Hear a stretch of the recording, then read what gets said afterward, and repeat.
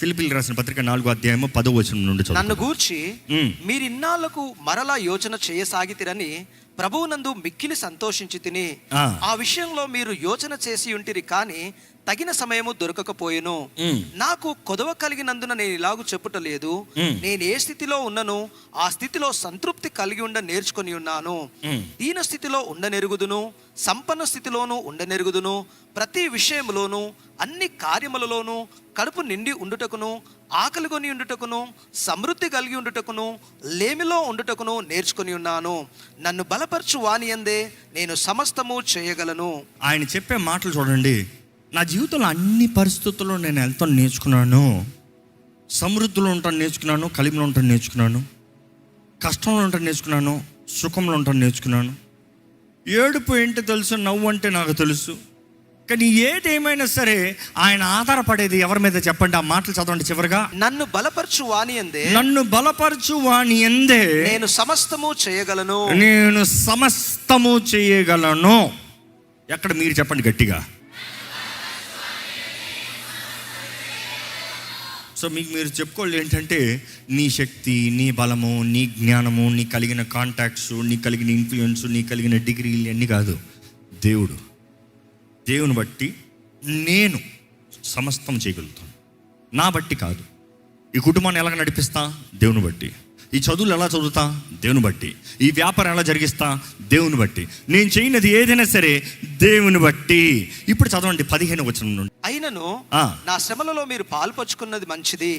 ఫిలిప్పీయులారా, సువార్తను నేను బోధింపనారంభించి మసదోనియాలో నుండి వచ్చినప్పుడు ఇచ్చు విషయంలోను పుచ్చుకొన విషయంలోను మీరు తప్ప మరి ఏ సంఘము వారును నాతో పాలివారు కాలేదని మీకు తెలియను.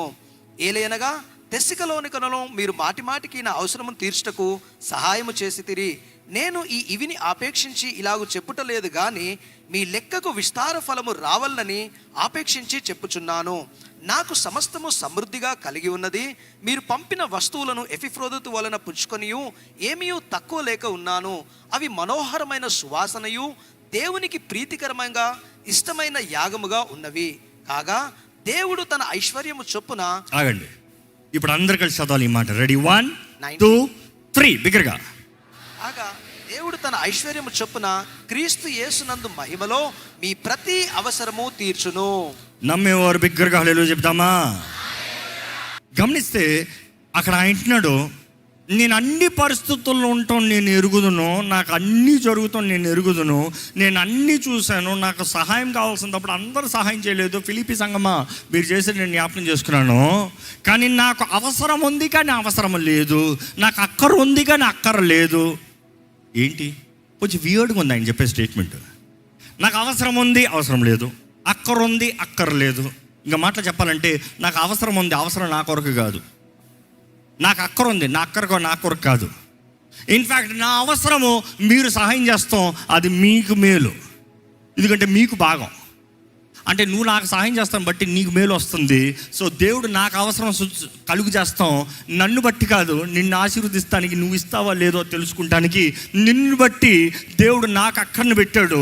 నా అక్కడికి నువ్వు రెస్పాండ్ అయ్యావు కాబట్టి దేవుడు నిన్ను ఆశీర్వదించి ప్రతిఫలాన్ని ఇస్తున్నాడు. కానీ అదే సమయంలో నేను చెప్తున్నాను ఏంటంటే, నా దేవుడు నాకు ఆయన మహిమైశ్వర్యము చొప్పున ప్రతి అవసరాన్ని తీరుస్తాడు. నమ్మేవారు బిగ్గరగా హల్లెలూయా చెప్పండి. There you go, wonderful. ఇప్పుడు గమనిస్తే మన దేవుడు ప్రతి అవసరతని ఆయన మహిమైశ్వర్యము చొప్పున తీరుస్తాడు అన్న వెంటనే లాజికల్గా మీరు చెప్పండి, ఏంటి ఆ అవసరము మీ మైండ్లో రింగ్ అయింది అందరికీ? సామాన్యంగా చెప్పంటారా? డబ్బు. Because the moment we say need, people think about money. నేను కొంచెం అవసరంలో ఉన్నా అంటే అర్థం ఏంటి? డబ్బులు కావాలి. అంటే సామాన్యుడు ఎప్పుడైనా సరే అవసరం అన్న వెంటనే డబ్బు, అలాంటి వారు డబ్బు మనుషులు. కానీ డబ్బు మాత్రమే అవసరమా? డబ్బు కూడా అవసరమే, కానీ స్వల్పంగా ఉండాలంటే ఏ అవసరమో తీర్చాలన్నా తీర్చేది డబ్బు కాబట్టి, అంతే, ట్రాన్సాక్షన్ డబ్బు కాబట్టి డబ్బు అంటాం. కానీ అన్ని తీరుస్తుందా? తీర్చదు. ప్రేమ కావాల్సిన వాడికి డబ్బు తీరుస్తుందా? జ్ఞానం కావాల్సిన వాడికి డబ్బు తీరుస్తుందా? కుటుంబంలో సమాధానం కావాల్సిన వాడికి డబ్బు తీరుస్తుందా? అంటే ఈరోజు దేవుడు మాట్లాడుతున్నాడు, డబ్బు మాత్రమే కాదు, డబ్బులు ఇవ్వడం కాదు, డబ్బులు కూడా ఇస్తాడు. కానీ డబ్బు మాత్రమే కాదు, ప్రతి అవసరతను తీరుస్తాడంటే మీ కుటుంబంలో, నీ వ్యక్తిగత జీవితంలో what is that you need. ఎందుకంటే అవసరంని తీర్చే దేవుడు అంట.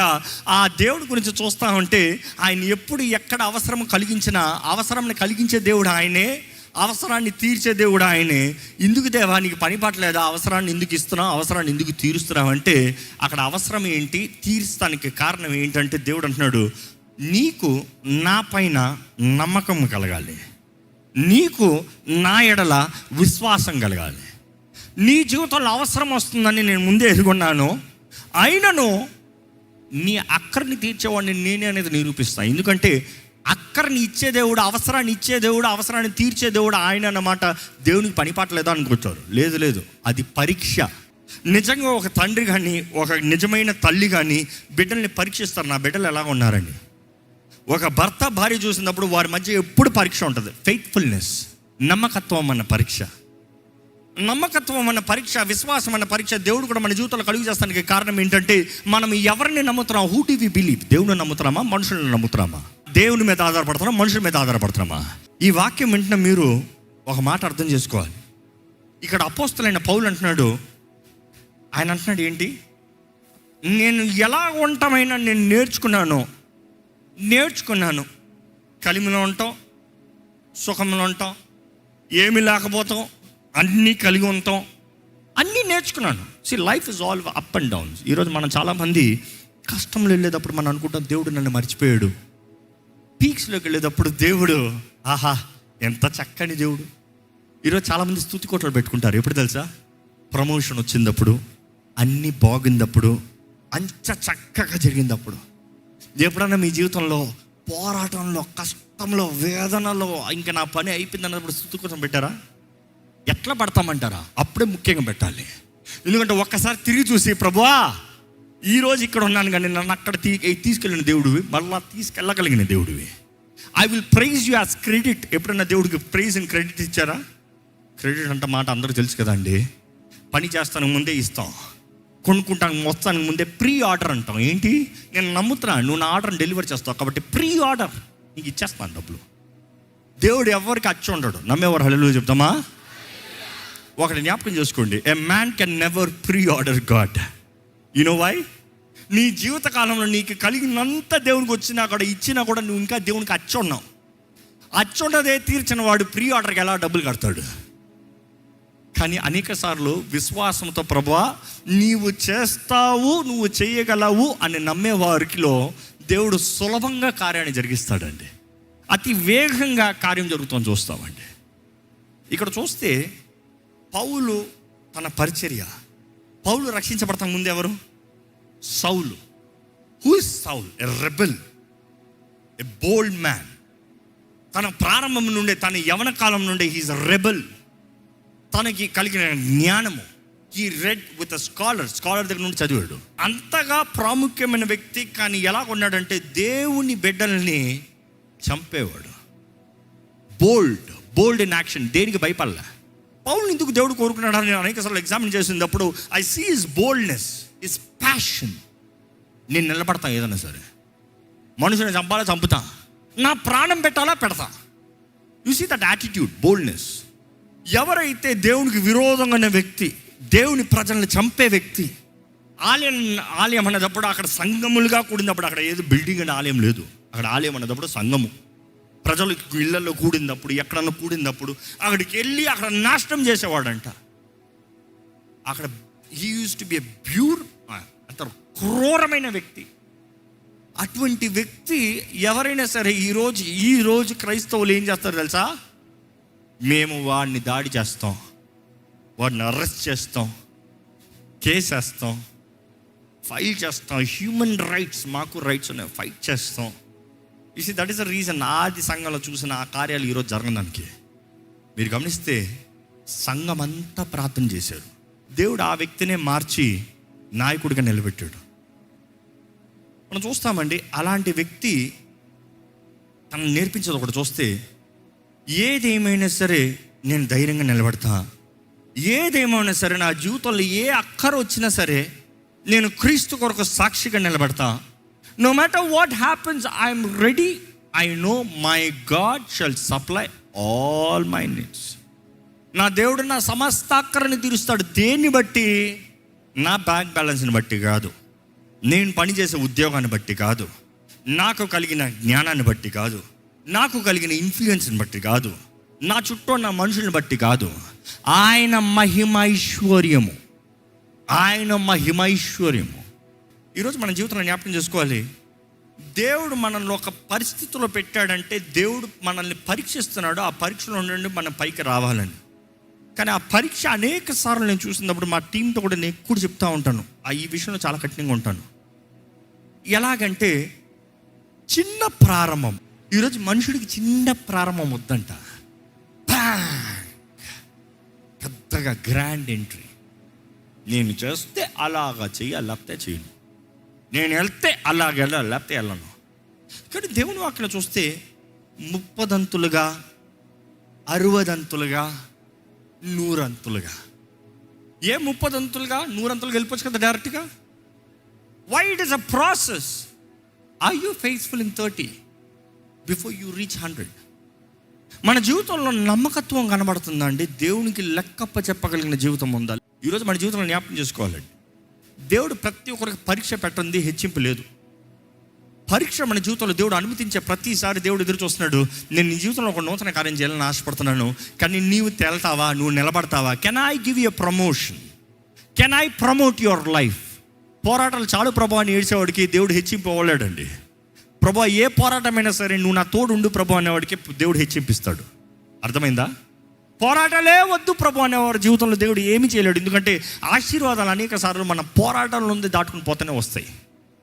పోరాటం ఎదుర్కొంటానికి you are saying I don't want this stress, I don't want this job, I don't want this, I can't handle this, ఈ వివాహం వద్దు.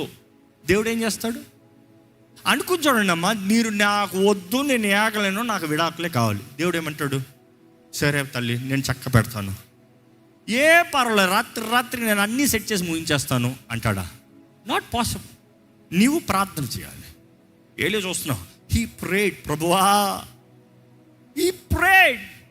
దైవజనుడు కదా లే అనొచ్చు కదా. ఈరోజు నువ్వు దేవుని బిడ్డ అయ్యి ఉండొచ్చు, కానీ నువ్వు దేవుని ముందు తగ్గించుకుని ప్రార్థన చేయకుండా దేవుడు కార్యం జరగాలంటే అవ్వదండి. యేసు ప్రభువే ఈ భూమి పైన ఉన్నప్పుడు అనేక సార్లు అనేక కార్యాలు ఆయన ప్రార్థన చేస్తున్నాడు. తండ్రి తండ్రి, నీవు నన్ను పంపేవాడిని వీరు నమ్మునట్లుగా నీకు మహిమ వచ్చేలాగా నీ ద్వారా నేను మహిమపరచడు. You see the sequence. ఆయన చేసే ప్రతి ప్రార్థన. He himself had to pray. You're saying, I will not pray, I will only command. Commanding is good, but without humbling and praying, there's no power in commanding. ఈరోజు చాలామంది నేను కేవలం పలికేస్తాను. No, not possible. Oh, positive attitude, not enough. Nothing is going to work.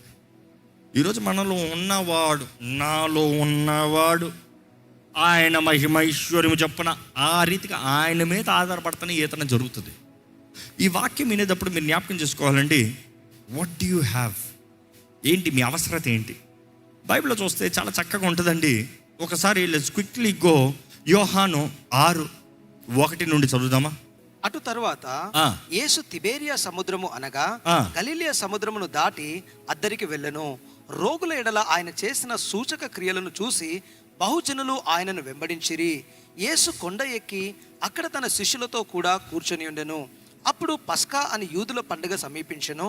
కాబట్టి యేసు కనులెత్తి బహుజనులు తన యొద్ద వచ్చుట చూచి, వీరు భుజించుటకు ఎక్కడ నుండి రొట్టెలు తీసుకొని వత్తుమని ఫిలిప్పును అడిగెను. కానీ తాను ఏమి చేయనయుండెనో తాను ఎరిగి ఉండి అతన్ని పరీక్షించుటకు అలాగడిగాను. ఒకసారి ఆగండి.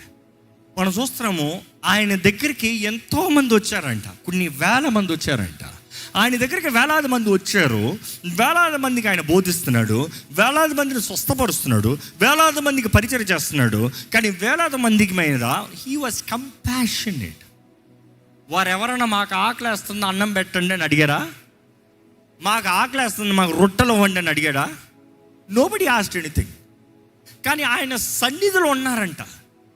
ఆయన సన్నిధిలో ఉంటే యేసు ప్రభు వారిని చూచి హీ హ్యాడ్ కంపాషన్. నేను ప్రారంభంలో చెప్పింది, మనం ఆయన సన్నిధిలో ఉన్నవారిని అనేక సార్లు మనం ఏం కావాలని అడగాల్సిన అవసరం కూడా లేదు. దేవుడు మన పైన జాలి చూపించే దేవుడు.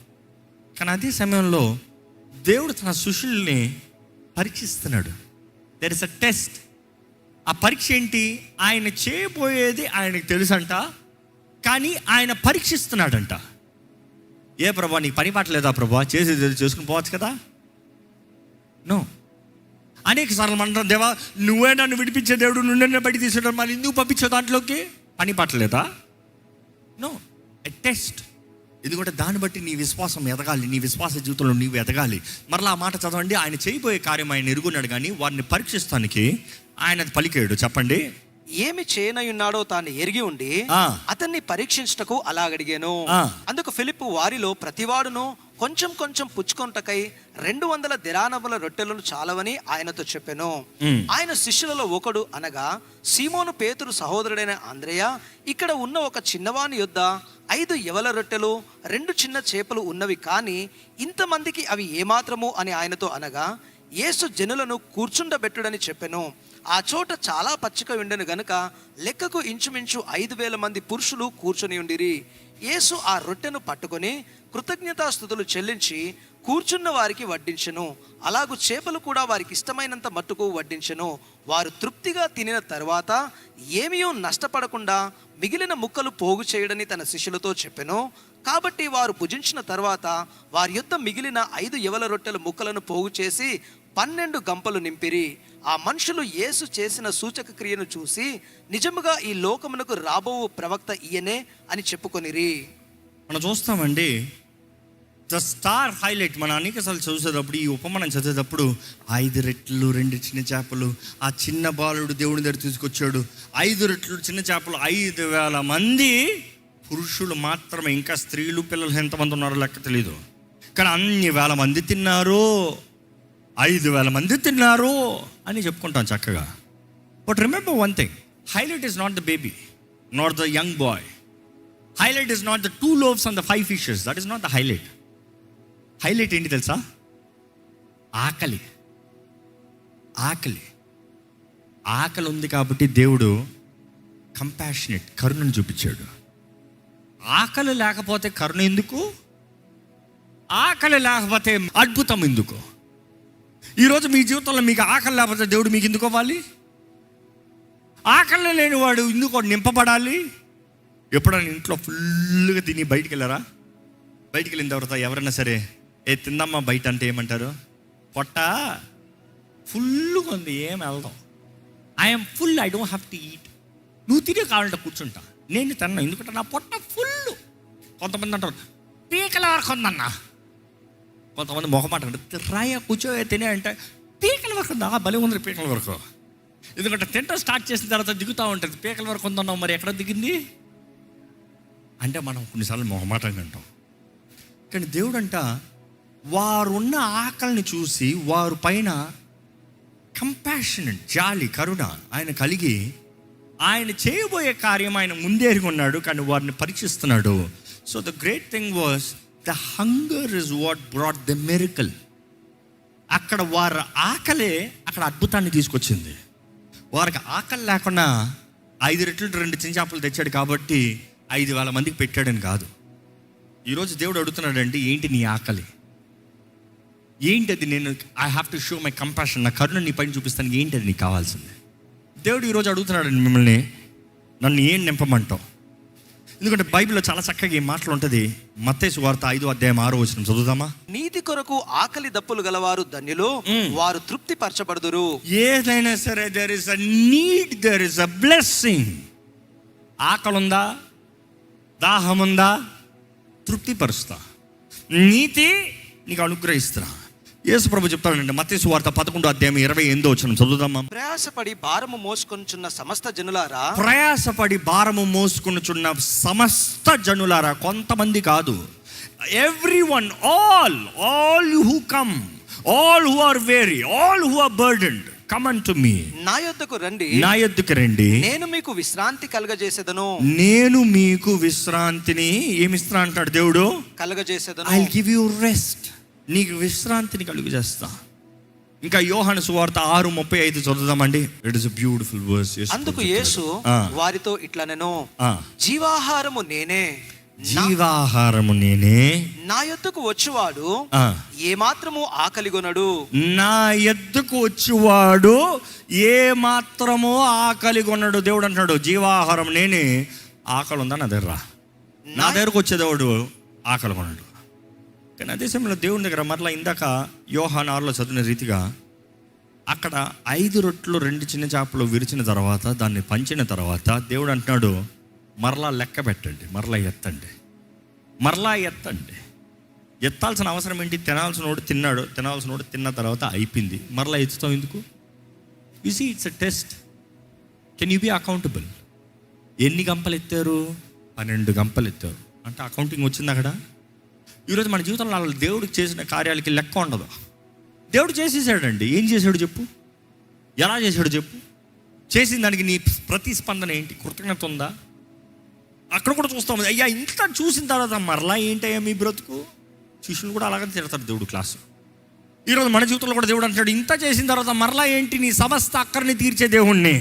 ఈరోజు మీరు ఏ పరిస్థితులు వెళ్ళేవారైనా దేవుడు ఒకటే తెలియజేస్తాడు, నీకు అక్కర ఉందంటే సమృద్ధినిచ్చే దేవుడు, అవసరతను అక్కరని ఆయన మహిమ ఐశ్వర్యము చొప్పున తీర్చే దేవుడు. నమ్మేవారు హల్లెలూయా చెప్పండి.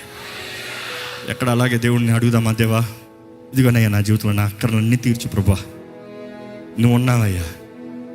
ఈరోజు యేసు నామములో యెహోవా ఈరే, యేసు చేసిన కార్యాన్ని బట్టి యెహోవా ఈరే, యేసు రక్తం ద్వారా నిబంధన జనులుగా మార్చబడ్డాము కాబట్టి వాగ్దానాలన్నీ నా సొత్తు.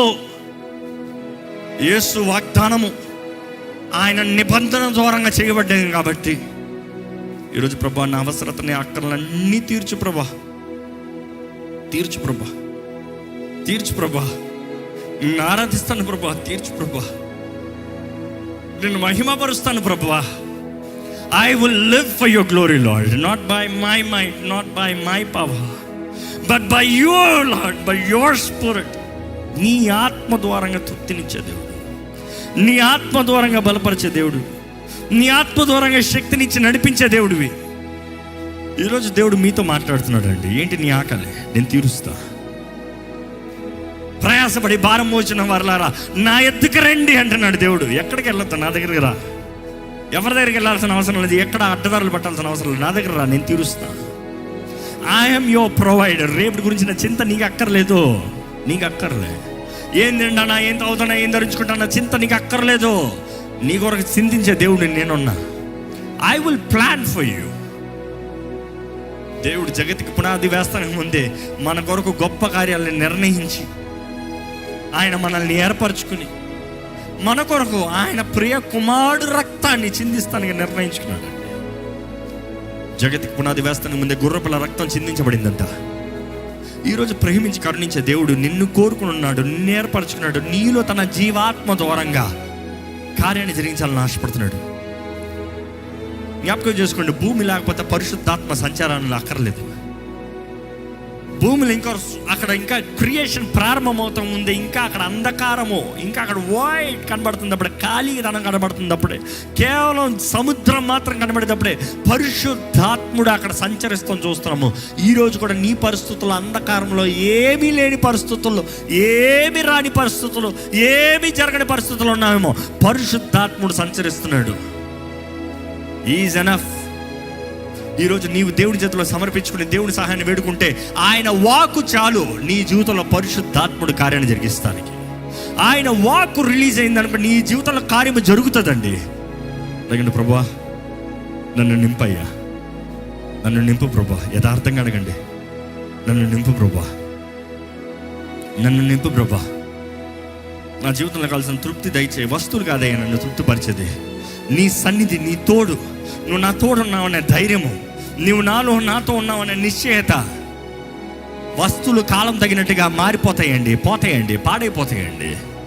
నువ్వు ఇల్లు కట్టుకున్నావేమో, ఇల్లు సంపాదించుకున్నావేమో, కొంతకాలం తర్వాత పోయిందే, దాని వాల్యూ అయిపోయింది. నువ్వు ఏది సాధించినా కూడా కొంతకాలం తర్వాత పోయింది. కానీ ఆయన సన్నిధి, ఆయన ప్రసన్నత, ఆయన శక్తి, ఆయన ఆదరణ, ఆయనతో సహవాసము, ఆయన ఆత్మ నింపుదల, ఆయనతో స్నేహం నీవు కలిగి ఉంటే ఏ కాలము, ఏ పరిస్థితులు, ఏదైనా కూడా ఫలిస్తూనే ఉంటాం. ఫలిస్తూనే ఉంటావు. దేవా నీకే వందనాలు ప్రభా. ఈరోజు నువ్వు మాతో మాట్లాడిన విధానం బట్టి వందనాలు. మమ్మల్ని ఇంతవరకు నడిపించిన దేవుడు అంతవరకు నీవే నడిపిస్తావు ప్రభా. మా జీవితంలో మాకు కలిగిందంతా నిన్ను బట్టేనయ్యా. మా శక్తి, మా బలము, మా జ్ఞానం కాదు, మేము చేసింది ఏది కాదయ్యా. నీ సన్నిధిలో ఆకలితో నిలబడ్డాం కాబట్టి మమ్మల్ని తృప్తిపరిచావయ్యా. ఈరోజు నీ సన్నిధిలో ప్రార్థించాం కాబట్టి మాకు కలిగిందంతా మాకు పొందుకున్నాం ప్రభా. మా హృదయ వాంఛలు తీర్చే దేవుడు నిరూపిస్తున్నావు ప్రభా. దేవా ఇక్కడ ఉన్నవారు ఎటువంటి బాధలు, ఎటువంటి వేదనలు, ఎటువంటి అనారోగ్యంలో, మరణ పడకలు ఉండొచ్చు, కానీ నీ సన్నిధిలో తగ్గించుకుని ప్రార్థన చేస్తే దైవజనుడు ఏలియా ఎలాగైతే నీ సన్నిధిలో తన శక్తి మీద ఆధారపడలేదు, నీ సన్నిధిలో తను తగ్గించుకుని ఎలాగైతే ప్రార్థన చేసినప్పుడు నువ్వు జవాబు ఇచ్చావు. నీ బిడ్డల జీవితంలో వివాహ విషయంలో పోరాటాలు అవ్వచ్చు, ఇంకా అయిపోయింది వివాహం అనే పరిస్థితులు ఉండొచ్చు, ఉద్యోగం విషయంలో ఉండొచ్చు, వ్యాపారం విషయంలో ఉండొచ్చు, చదువుల విషయంలో ఉండొచ్చు, ఎట్టి పరిస్థితులు ఉండొచ్చు, ఇంకా అయిపోయిందనే పరిస్థితులు. నీ బిడ్డలు ఏ విషయంలో అయితే వేదనతో, దుఃఖంతో ప్రభువా కరుణించవా అని నీ వైపు చూస్తున్నారు, ఇప్పుడే నీ కార్యము వారి జీవితంలో జరుగునుగాక. విశ్వాసంతో ప్రకటిస్తున్నాం ప్రభువా. నమ్మితే నమ్మువానికి సమస్తము సాధ్యమన్నావు. నమ్మిన ప్రతి ఒక్కరి జీవితంలో నీ కార్యము జరిగించమని విడుకుంటాం. ఏదేమైనా నీకు స్తుతులు ప్రభువా. మా కష్టము మాకు కష్టం కాదు, ఎందుకంటే నీవు మమ్మల్ని పరీక్షిస్తున్నావు. ఆ కష్టంలో మాకు దీవెనిచ్చే దేవుడు. మా పోరాటాలు మాకు నిజంగా పోరాటాలు కాదు, ఎందుకంటే మా పోరాటాల మధ్య నువ్వు ఉండే దేవుడు. మా పోరాటాలన్నీ నీవు పోరాడే దేవుడు. నిశ్చయంగా మాకు జయం ఇచ్చే దేవుడు, మా తలని హెచ్చించే దేవుడు ప్రభువా. No matter what situation we go through, what sicknesses we go through, what circumstances we go through, Lord, we are learning to just give you praise. ఎందుకంటే నువ్వు స్తుతుల పైన ఆసీనుడు ప్రభువా. ఇశ్రాయేలు స్తుతుల పైన ఆసీనుడు. ఈరోజు క్రీస్తు రక్తం ద్వారా కడగబడిన ప్రతి ఒక్కరు స్తుతుల పైన ఆసీనుడు. మా స్తుతి మా విశ్వాసాన్ని కనబరుస్తుంది. ఇక్కడ ఎవరెవరైతే నీ సన్నిధిలో విశ్వాసంతో ఇక్కడ ప్రార్థిస్తున్నారు, వారి జీవితంలో ప్రతి విషయంలో నీ కార్యాన్ని జరిగించు. ఈ లైవ్లో వీక్షిస్తున్న వారి జీవితంలో నీ కార్యాన్ని జరిగించు. నీ వాక్యం ద్వారా మమ్మల్ని గద్దించే దేవుడు, మమ్మల్ని బలపరిచే దేవుడు, మమ్మల్ని ప్రోత్సాహపరిచే దేవుడు. అయ్యా నువ్వు ఏం చేసినా పర్వాలేదు, నువ్వు కొట్టినా పర్వాలేదు, నువ్వు చంపినా పర్వాలేదు, నువ్వు ఆదరించినా నీ చిత్తమే, నీ ఇష్టమే ప్రభా. ఎందుకంటే మాకు కీడు చేసే దేవుడు కాదు, సమస్తము మేలు చేసే దేవుడు అయ్యా. ఈ భూమి పైన మా జీవితంలో ఎన్ని పోరాటాలు కలిగిన పౌలు చెప్పిన రీతిగా గురివైపే మేము పరిగెడతాము, వెనక్కి తిరగము, జీవ కిరీటాన్ని పొందుకుంటాము. నీ రాజ్యం చేరాలి, నీతో ఉండాలి. అదే మా నిత్య జీవం, అదే మా నిత్య బ్రతుకు అక్కడయ్యా. ఇక్కడ ఎంత సంపాదించుకునే వ్యర్థమే. నీ నీతి, నీ రాజ్యాన్ని వెంబడించే జీవితాన్ని మాకు దయచేయి.